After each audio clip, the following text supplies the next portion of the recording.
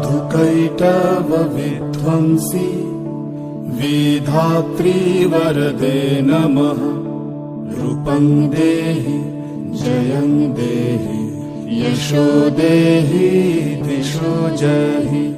महिषासुरनिर्नाशी भक्तानां सुखदे नमः। रूपं देहि जयं देहि यशो देहि दिशो जहि।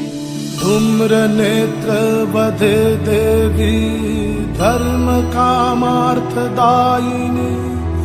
रूपं देहि जयं देहि यशो देहि दिशो जहि।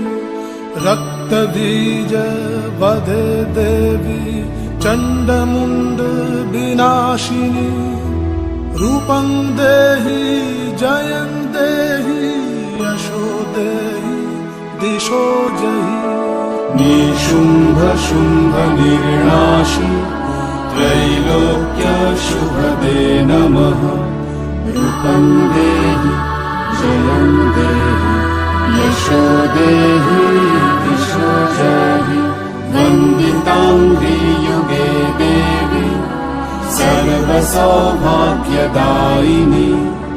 रूपं देहि जयं देहि यशो देहि दिशो जहि।